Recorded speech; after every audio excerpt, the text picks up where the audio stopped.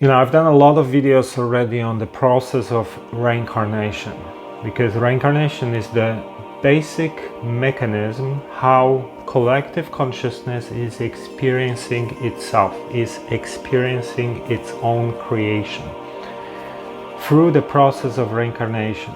And there are many different areas and mechanisms that are linked to reincarnation. It's not a simple process.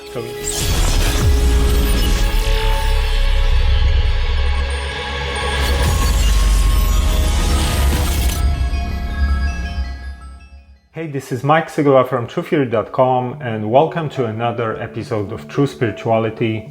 This is my series on metaphysics, esotericism, mysticism, and spirituality. And if you're new here, please subscribe, because this is already episode 35.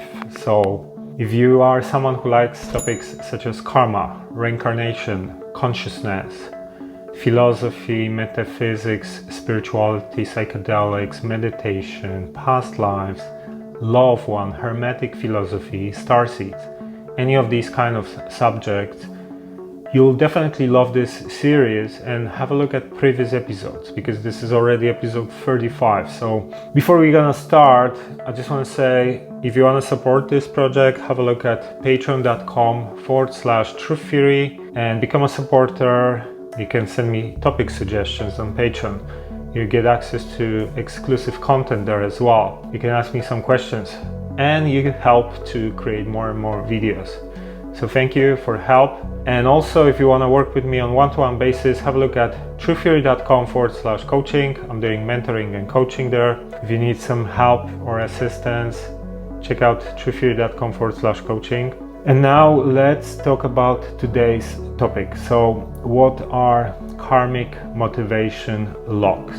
Okay, let me say that I just coined this term. Whatever, I just decided I have not seen anyone really talking about this particular area, and I thought, let's just name it somehow, because I see this is a pattern, and I've never heard anyone specifically mentioning that, so I just named it Karmic Motivation Locks. But call it whatever you want to call it. Let me explain what it is. So I've done a lot of videos already on the process of reincarnation, because reincarnation is the basic mechanism how collective consciousness is experiencing itself, is experiencing its own creation through the process of reincarnation. And there are many different areas and mechanisms that are linked to reincarnation. It's not a simple process. So in the previous videos, we talked about soul family or soul groups. We talked about soul plan. We talked about free will and karma. So what happens is that you have your soul plan, which is a plan that you set up before incarnation, where many important events are designed for you to either clear some karma, learn some lessons, fulfill your destiny, do your work, do whatever you plan to do before, right? But because you forget all that here, you need to have some kind of motivation to do your work, right? To fulfill your soul plan, right? So you don't remember what is the goal, what is that you want to accomplish, but you need to be directed somehow and work towards that goal. This is what I call karmic motivation locks. Let me give you examples of that, right? So let's start with someone like Mr. Elon Musk, who I know a lot of people like. He's definitely not a good guy, and I'm gonna be doing videos specifically on that. Already done a bunch, but someone like him, he has a very serious mission here that's very negative. It's about transhumanism and hooking us into computers, AI, turning us into cyborgs basically with his projects. That's one of his big tasks here. He obviously does not remember what he is here to do, right? So he might get these different ideas that he will form, or he has formed already, where he thinks that, the only way, if you can't beat them, join them. It could be terrible, and it could be great. It's not clear. Right. But one thing is for sure, we will not control it. Do you think that it's likely that we will merge somehow or another with this sort of technology and it'll augment what we are now? Or do you think it will replace us? Well, that's the scenario. The merge scenario with AI is the one that seems like probably the best. Like for us. Yes. Like if you can't beat it, join it. That's yeah. The AI is almost here and it's just gonna take over everything. We won't be able to live without it. We won't be able to continue as a society without integrating with it. So we need to merge with it. And he's so afraid of it, let's say, that he thinks that he wants to be the guy who will keep an eye on the developments, because the developments can go in different ways in different countries. There is no oversight. And let's say some country gonna decide to go too far with it, and then they're gonna have enormous advantages, or their system's gonna be able to take over or hack other systems or whatever, right? So, but this kind of way of thinking, he thinks that he's gonna be the one who's gonna develop that first, because that will allow his company to keep an eye on the major trends, major developments, so that's why he's developing Neuralink, his brain-computer interface company, where he's going to be the first that's going to create this link between human brain and us and technology, right? Because he thinks that's going to happen anyway, no matter what, no matter if you're going to focus on that or not, that will happen, because this is where things are moving. So he thought like, okay, it's gonna happen, it's gonna be extremely dangerous. Let me be the one who will bring it to the world, because then I'm gonna have full control over it, and it won't necessarily go in the wrong hands or wrong direction, right? That's the lie he's been telling himself. So this is his karmic motivation lock. He doesn't remember that this is his job to bring this here, and that's the transhumanist agenda that he's bringing, right?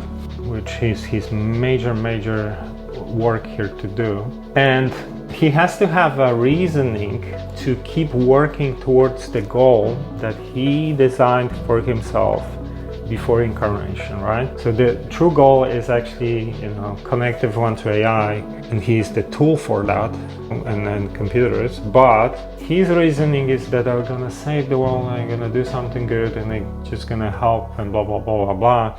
I'm actually the guy who is like trying to do something good here. So this is karmic lock. He has a point where he wants to get to that point, of achieving the goal, but his reasoning is kind of, let's say, down to earth, and the true reasoning before the birth, before incarnation, was actually, you're the tool to plug all of them here to AI, to turn them into transhuman, right? The negative agenda. But to work on that, he has to have some kind of motivation, right? And the motivation is that I'm gonna save the world. I'm gonna be the first one who's gonna do it because I'm the good guy, and keep an eye on the development. The illusion of the image he created about himself is slowly fading away, because more and more dirt is coming out, right? So maybe more and more people are gonna start opening their eyes that you don't wanna have anyone to connect your brain to computers, AI, digital world at all, because this is when you become fully controlled and hackable. Okay, so hope you understand what I'm trying to explain here, but let me give you another example, something a lot more simple and easy to understand. So let me actually give you an example from my life. So as a teenager, I was into sports, I was doing roller skating, aggressive inline skating, skate parks, this kind of stuff, handrails. And I really enjoyed doing this sport, right? But the path for me was to get into martial arts. because martial arts allowed me to, become confident, to build my character, to build my strength, and it helped me throughout the rest of my life to just have a strong character, self-discipline, and so many other things that you learn when you do martial arts, right? So I needed a motivation to get into that, right? Part of my journey here was to push myself to do what I'm doing, but I needed a lot of these tools that build my character, right? And martial arts was one of these things because it helped me so much, right? But I needed to get into that, right, first, even though I was not so interested in it. First thing. And the second thing was that I also needed to have motivation to train extremely hard, right, to become really good at it, especially as a teenager, which now it built up my character and I still train it 20 years later, right? So I needed a trigger point where I made the decision and I have my motivation, right? This is why I call it Karmic Motivation Locks, because you, in a way, lock yourself to start doing something that you planned before, incarnation, and you are locked in a way because now you have motivation to work towards some goal, even though, the motivation here might have nothing to do with the true motivation of your soul plan, right? Because the part of the soul plan was, okay, you're gonna get into martial arts because you've been doing it for many incarnations, one thing. The second thing is that it's gonna help you to build your character, blah, blah, all these things that it helped me with, confidence, all these things. And keep you fit, keep you healthy, and all these other things. But you need, because you don't remember that this is the path, you need some event that's gonna propel you towards this path. That's one thing, right? And second, you need motivation so you stay on the path. You need to have goals there, right? So what happened? As a teenager, when I was actually 15, I met my first girlfriend, and basically, I was kind of like partying, doing some of the things that teenagers do, But I wasn't like a guy who would really be confident or get into fights or anything like that. I kind of avoided anything like that. So what happened was that summer when we met, and she became my partner, my girlfriend for another 3.5 years. That was my first relationship, right? We met in a different town, but we were both from the same city. We were just on holidays, right? And, I used to go to this nightclub where they were selling alcohol for teenagers and stuff like that. 15 years old, we were drinking, all of us there. And these guys that were local hooligans or local thugs, let's say, they did not like me because they just didn't like the fact that I was hitting on that girl that all of these guys there liked, and I wasn't even from there. So I had a situation where basically these guys, like a group of whatever, one guy just hit me with the forehead, pulled me out of the club, and they wanted to beat the shit out of me. 10 guys. And she kind of stood up and she knew them, and she kind of saved my ass in a way, because she said, oh, leave him alone, blah, blah, blah. So I was lucky that I didn't end up in a bad scenario. And that was one of these incidents that really made me think about, I need to know how to protect myself, right? Especially later on when we got together, there was a lot of these kind of situations when I was growing up. So I decided I want to be able to protect myself. I want to be able to protect her as well in case of a street fight or these kind of scenarios, right? So that was a trigger. This was one of these situations that made me work very, very hard to become very good at martial arts, right? Another trigger from the same period, there was a guy there who was like the bouncer or whatever in this club, and he was like a legend in that whole town or whatever, because he was like a world champion in karate, and all these guys were just talking about him, how he knocks people out with some spinning kicks and all these kind of things. So I felt like I want to be like this guy. I want to be just so I get so much respect through my skills as a martial artist that I will become like him. And basically this is another trigger that propelled me now for the next couple of years to work my ass off to become one of the best fighters. I actually became a vice champion of Poland in 3 years. So these were the triggers that made me work my ass off to become good at martial arts. And now, you know, this thing stayed with me throughout my life and helped me with so many other things I've been doing, right?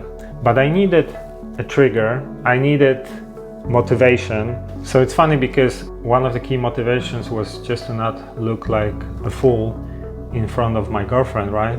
But almost as soon as I really started training very hard, almost all these situations disappeared. So before I had quite a lot of these situations where like I was almost beaten up or I was beaten up, whatever. But after I really got into training, so I left roller skating like that and I just got into training like crazy 6 days a week for the next 3 years, almost all the time with no breaks. So there is a trigger, there is a motivation, and as soon as I started training, these things started disappearing. So I didn't really have a lot of options now to get into fights, you know. There was like none of these things were happening, right? So this is like, you know, there's more to the story, but I just want to give you an idea of actually the path of doing martial arts, which was important for me to fulfill my soul plan, was in a way staged by these events and these motivation locks. And this is what I call karmic motivation locks. You forget what's your plan, but you got to do something here. So you start having triggers, like some events that are gonna propel you to do the soul plan, and then, you know, goals, right? No one's gonna have to tell you, oh, you gotta be doing this or that. You're gonna do it yourself because you have a goal, right? You're gonna work your ass off to get to that goal. So this is how things are designed here to help you to do your soul plan. And actually the real reasons why you do these things are quite different. You know, this is a part of your soul plan. This is like a bigger agenda behind it. Okay, hope this is kind of makes sense. Let me know in the comments what do you think about it, if I explained it clearly enough, because I know sometimes I understand these things, but I feel like when I'm trying to explain them, like maybe it's not crystal clear. So I want to kind of make sure that people understand the ideas here. And if you think you've had anything like that in your life, I'm sure everyone has them. All right, let us know in the comments below. And thank you for checking this episode of True Spirituality, and till next time.